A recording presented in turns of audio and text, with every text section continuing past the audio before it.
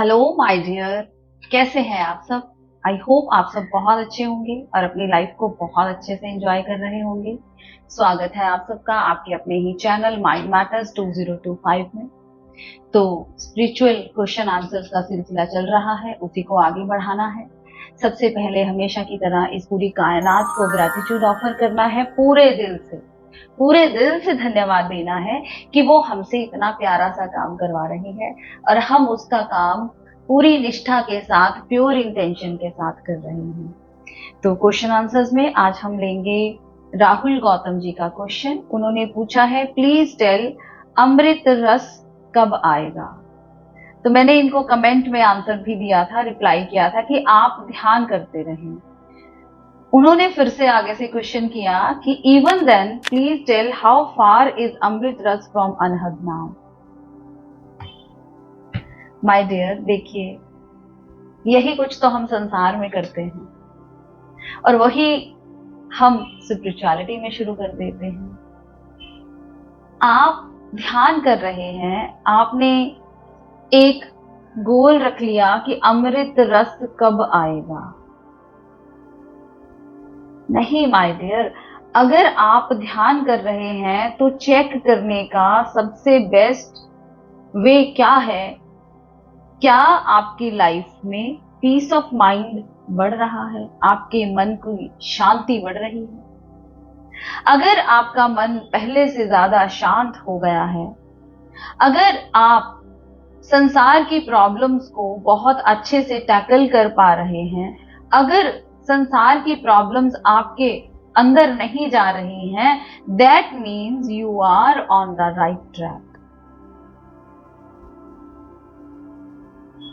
आपको समझदारी के साथ काम लेना है। जब हम इस यात्रा पर निकलते हैं तो एक ही अंतिम डिजायर हम रखते हैं, वो भी इसलिए क्योंकि संसार में हमें आदत पड़ गई है एक गोल फिक्स करने की, इच्छा रखने की, कि ये सामने अंदर से अपनी ये इच्छा रखेंगे तभी मेहनत करेंगे, नहीं तो मेहनत नहीं हो पाएगी। तो स्पिरिचुअलिटी में अगर आप कहीं पर अटक गए तो बहुत पीछे आ जाएंगे, फिर इतनी मेहनत की हुई सारी बेकार चली जाएगी। स्पिरिचुअलिटी में आपने सिर्फ और सिर्फ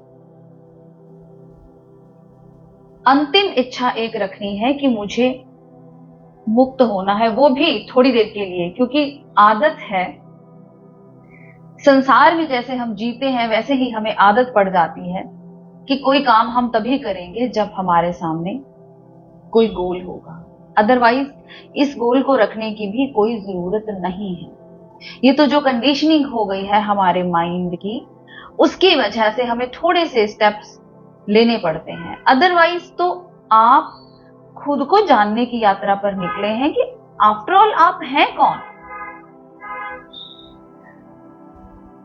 रोज देखते हैं अपने आसपास इतनी प्रॉब्लम्स, लोग मर रहे हैं, जन्म ले रहे हैं, मर रहे हैं, जन्म ले रहे हैं। ये है क्या? ये चल क्या रहा है? तो फिर मेरे साथ भी ऐसा ही होगा, मैंने जन्म लिया है और मैं एक दिन मर जाऊंगा। तो इसके पीछे का राज क्या है? और अगर ये ऐसे ही बार बार आना जाना है तो फिर क्यों आना जाना है बेकार में? जब तक हमें ये सब कुछ व्यर्थ नहीं लगने लग जाता तब तक हम यही कुछ करते रहेंगे, बार बार आएंगे, जन्म लेंगे, चले जाएंगे, फिर आएंगे, फिर जन्म लेंगे, वही सब कुछ करेंगे, रिपीट करेंगे, फिर चले जाएंगे। हम बोर ही नहीं होते ये सब कुछ बार बार करते करते? तो आपको बस खाली खुद को जानना है और वो आप हैं ऊर्जा। लेकिन मानना नहीं, वो तो मैंने बता दिया ना आपको, लेकिन वो तो मैंने जाना है, लेकिन वो जानना तो मेरा जानना है, आपका नहीं।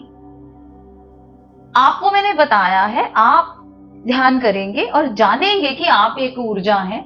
उस ऊर्जा ने ये शरीर धारण किया है, वो आई है और एक दिन वो ऊर्जा इस शरीर को छोड़कर चली जाएगी और ये शरीर यहां धरती से लिया था और धरती में ही दफन कर दिया जाएगा या जला दिया जाएगा। लेकिन ये चीज हम जीते जी अगर महसूस नहीं कर पाए तो फिर कोई फायदा नहीं हुआ ये जन्म लेने का।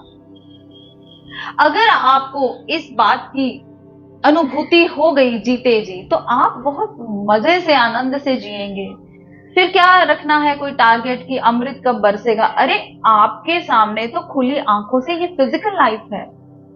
आपको तो इस फिजिकल लाइफ में आनंद में जीना है, मस्ती से जीना है, क्योंकि अब आपको पता चल गया कि ये सब बेकार है। जन्म लेना, फिर मौत हो जानी, फिर जन्म लेना, फिर मौत हो जानी, कोई फायदा नहीं है इन सारी चीजों का। तो क्यों ना मैं अपनी समझ बढ़ाऊं और पता कर लूं कि आफ्टर ऑल मैं हूं कौन।